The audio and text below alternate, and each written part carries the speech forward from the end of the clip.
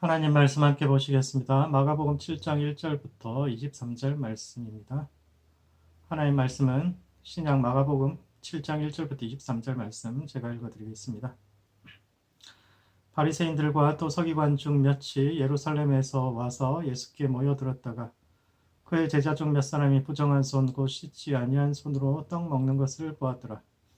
바리새인들과 모든 유대인들은 장로들의 전통을 지켜 손을 잘 씻지 않고서는 음식을 먹지 아니하며 또 시장에서 돌아와서도 물을 뿌리지 않고서는 먹지 아니하며 그 외에도 여러 가지를 지켜오는 것이 있으니 잔과 주발과 녹그릇을 씻음이러라.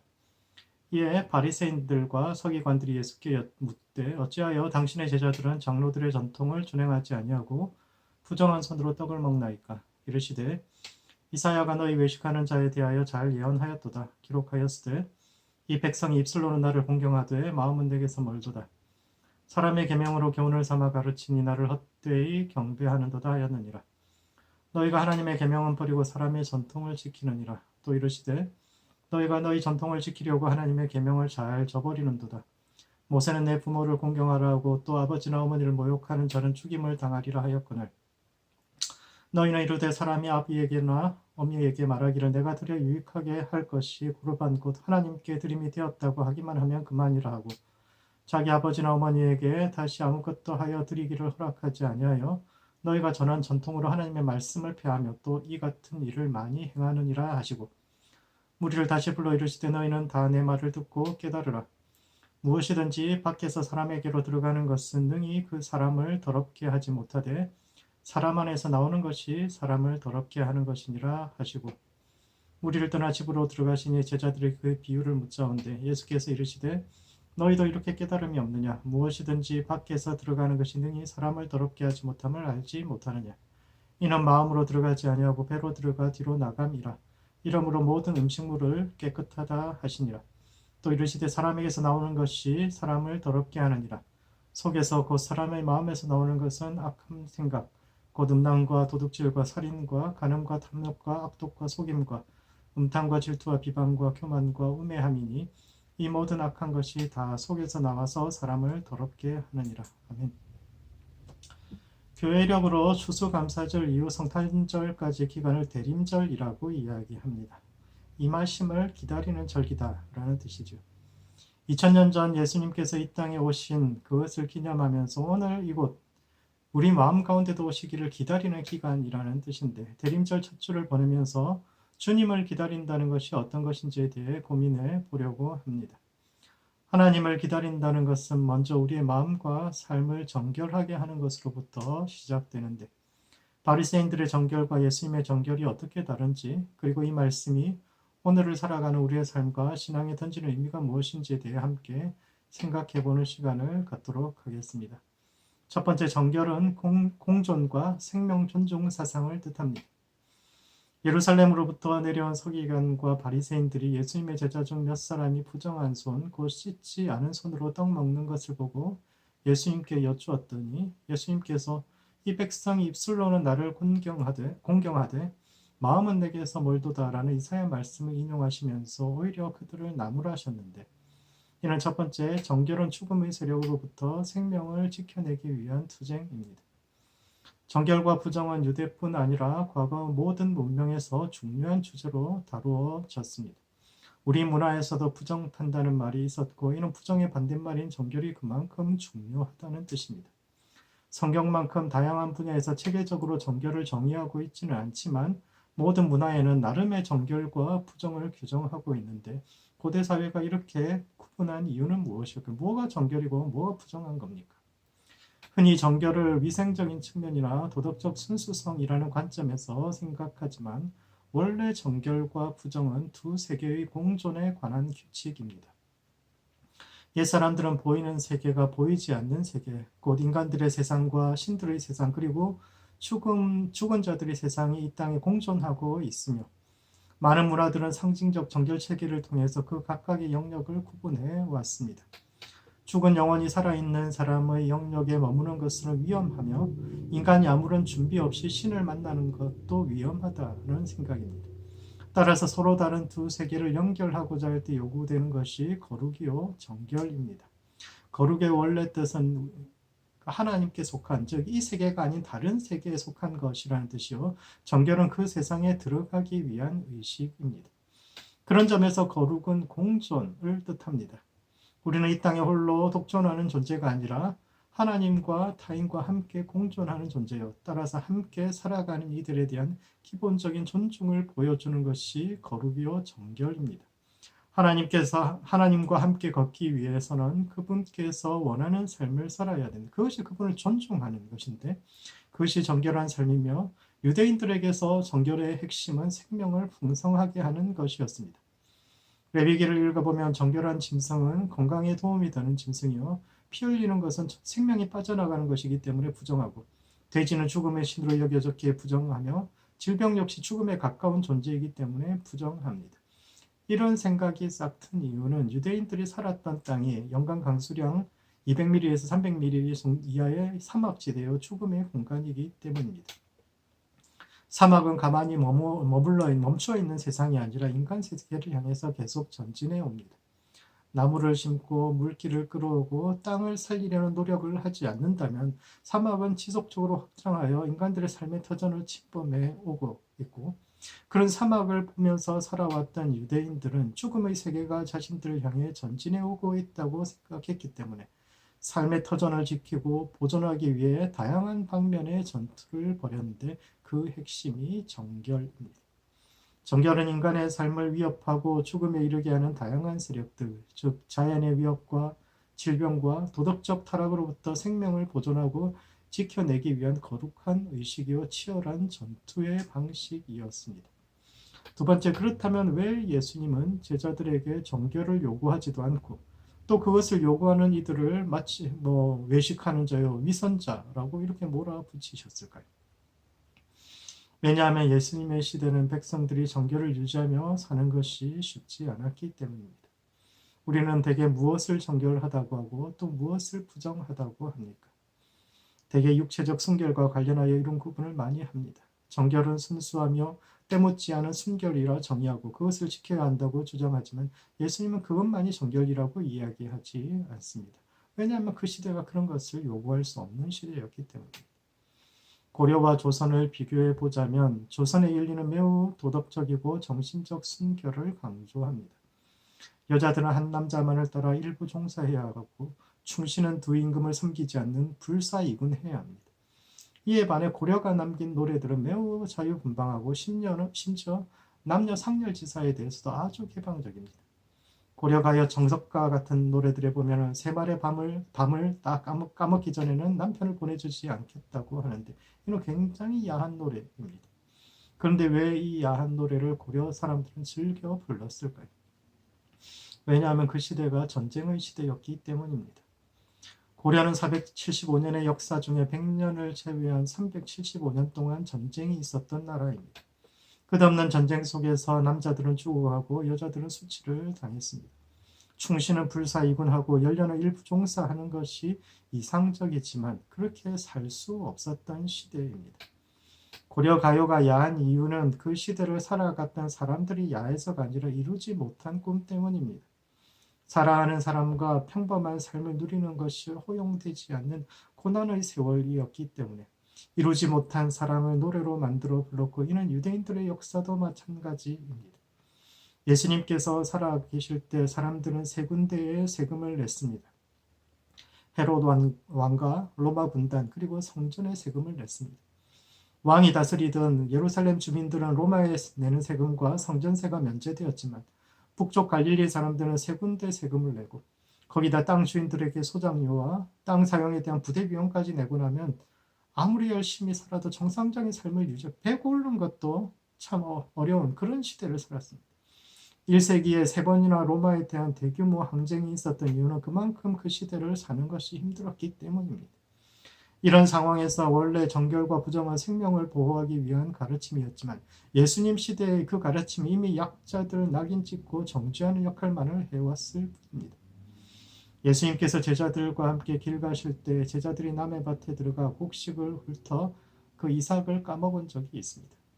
유대 관습법에서는 배고픈 사람이 도구를 사용하지 않고 곡식 나달 몇 개 뜯어먹은 것을 죄라고 여기지 않지만 엄연히 이는 남의 것을 훔친 것이고 법을 어긴 겁니다. 그러나 예수님은 그들을 정죄하지 않습니다. 심지어 가늠하다 붙잡혀온 여인에게마저도 예수님은 나는 너를 정죄하지 않는다라고 말씀하셨는데 왜 예수님은 명백한 범죄에 대해서까지 정죄하지 않으셨을까요? 왜냐하면 예수님은 정결이 누군가를 비난하고 정죄하는 프레임으로 사용되는 것에 대해 거부하셨기 때문입니다. 정결은 사람들을 부정하고 낙인 찍기 위해서 정해진 것이 아니라 오히려 부정한 일을 할 수밖에 없는 밑바닥 사람들이 회복될 수 있도록 시간을 주고 그만큼의 보상을 주라는 의미입니다. 그런데 그러한 배경은 잊어버리고 약자들을 부정한 채로 그냥 내버려 두면서 말씀에 근거하여 그들을 비난하고 정죄하면서 자신들의 책임은 부인하는 서기관들과 바리새인들의 전제에 대해서 예수님은 동의하지 않습니다. 이 사람들이 부정하다면 너희도 부정하다라는 겁니다. 예수님은 오히려 일부 종사하고 불사이분해야 한다고 주장하면서 자신의 의를 자랑하고 백성들을 깔보는 그들이야말로 진정한 부정한 이들이라고 말씀하셨는데 그러므로 정결의 정신을 회복해야 합니다. 정결은 누군가를 비난하고 정죄하기 위한 도구와 프레임으로 사용되는 것이 아니라 이 땅의 생명을 보존하고 생명을 확산시키는 방향으로 작동해야 합니다. 예수님께서 보시는 정결은 과거에 누가 어떤 죄를 지었느냐가 아니라 현재의 내 삶에서 얼마나 하나님의 생명이 나를 통해 세상에 흘러가고 있느냐에 따라 평가될 수 있는데 주님이 바라시는 정결한 삶을 살아가는 모든 성도들 되시기 바랍니다. 두 번째, 정결은 정죄가 아닌 회복에 초점을 맞추는 것입니다. 예수님은 바리새인들을 향하여 전통을 지키려고 하나님의 계명을 저버린 자라고 말씀하셨으며 정결에 관한 그분의 결론은 밖에서 사람에게로 들어가는 것이 사람을 더럽게 하는 것이 아니라 사람 안에서 나오는 것이 그를 더럽게 한다는 것이었는데 이는 첫 번째, 큰 죄와 작은 죄를 함께 볼 수 있어야 합니다. 예수님은 너희가 전통을 지키려고 계명을 버린다고 말씀하셨는데 여기서 계명은 법이요 전통은 그 법에 대한 해석을 가리킵니다.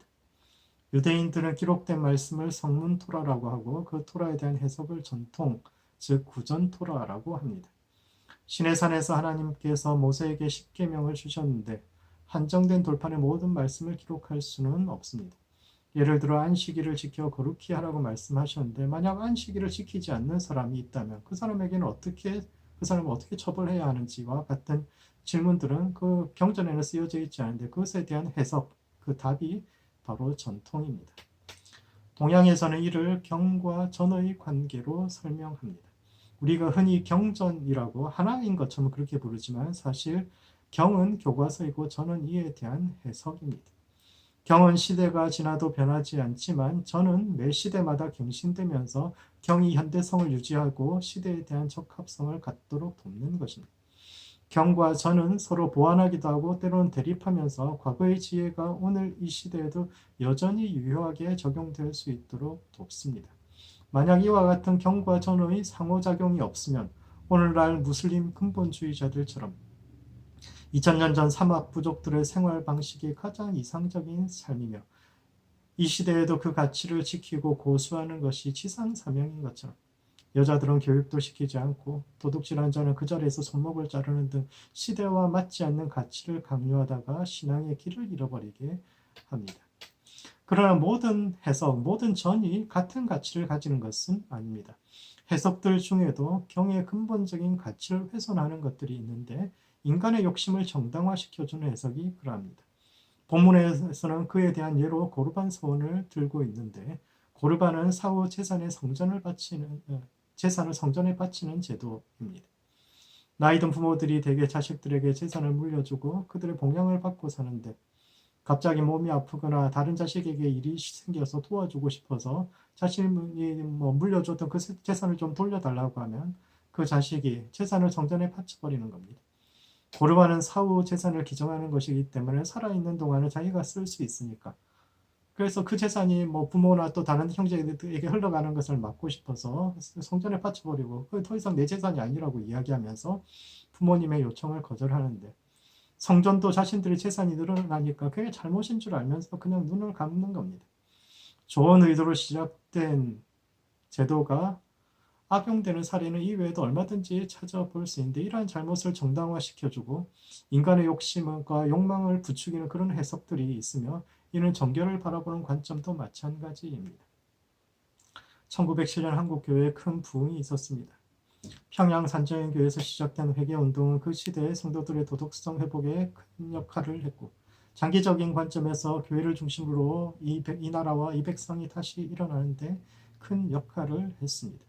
그러나 어떤 이들은 내 눈에 있는 들보를 뺀 후에야 타인의 눈에 있는 티끌을 지적할 수 있다는 논리하에 개인의 사소한 도덕적 결함에 대해서 준열하게 지적하면서도 더 큰 차원에서 백성들의 삶을 고통 가운데 몰아넣는 사회적인 악, 거악, 즉 정부와 일제의 잘못뜻에 대해서는 눈을 감고 입을 닫았습니다.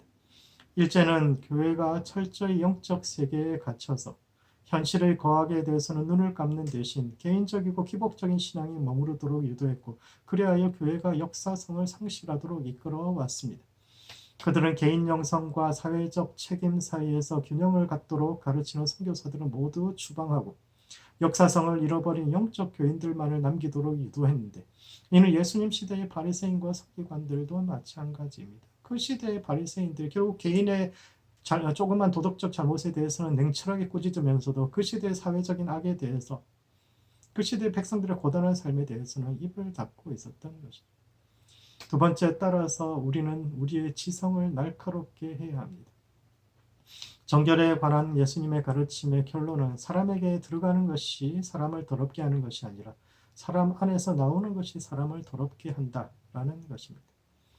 세상은 지금도 입으로 들어가는 것, 즉 얼마짜리 식사를 하느냐가 그 사람의 정결을 규정하고 하나님으로부터 받은 복을 정의한다고 이야기합니다.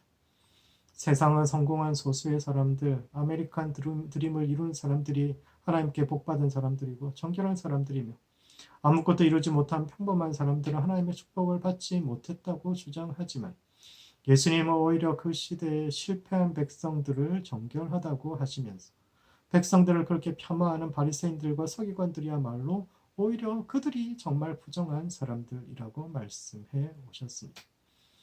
그들은 사람의 입으로 들어가는 것이 정결을 결정한다고 믿었지만 예수님은 사람의 입에서 나오는 것이 정결을 결정한다고 말씀하셨는데 사람의 입에서 나오는 것은 마음으로부터 나오는 것이요 성경에서 마음은 감성이 아닌 지성을 의미합니다.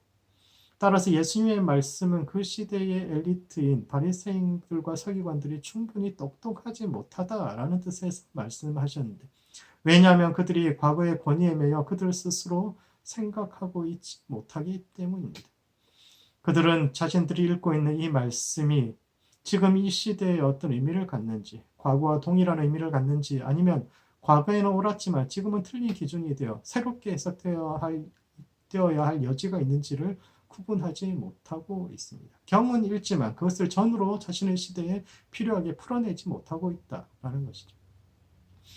하나님의 말씀은 무엇은 하면 되고 무엇은 하면 안 되는 행동 규정이 아니라 그것을 공부하고 지키는 사람들의 영혼이 풍성해져서 이 땅의 생명을 전하는 것이었는데 치열하게 말씀을 공부했던 그들이 정작 생명 살리는 길이 아닌 누군가를 정죄하고 비난하는 길 위에 서 있었다라는 것은 말씀을 제대로 공부하는 것이 얼마나 중요한지를 이야기하는데 우리도 오늘 그러한 윗자리에 서 있지 않습니까? 하나님의 정결은 구분하는 것이 아니라 회복하는 데 있고 힘 있는 사람들이 아니라 고통당하는 평범한 사람들의 관점에서 보는 것인데 오늘 우리는 어떤 관점으로 정결을 보고 있습니까? 그러므로 예수님의 정결을 추구해야 합니다. 정결은 과거가 아니라 현재 내 마음에 관한 것이요. 무엇을 먹느냐가 아니라 어떤 말을 하고 있느냐에 관한 것입니다. 스스로가 잘났기에 늘 타인을 깔아보던 바리새인들의 정결이 아니라 죄인과 세리들과 함께 어울리며 그들을 정결하게 하다 하셨던 예수님의 정결에 동참하는 모든 성도들 되시기 바랍니다. 말씀을 정리하겠습니다. 예수님께서 바리새인들과 가장 많이 부딪혔던 주제가 바로 정결에 관한 것인데 첫 번째 참된 정결은 공존과 생명을 존중하는 사상입니다.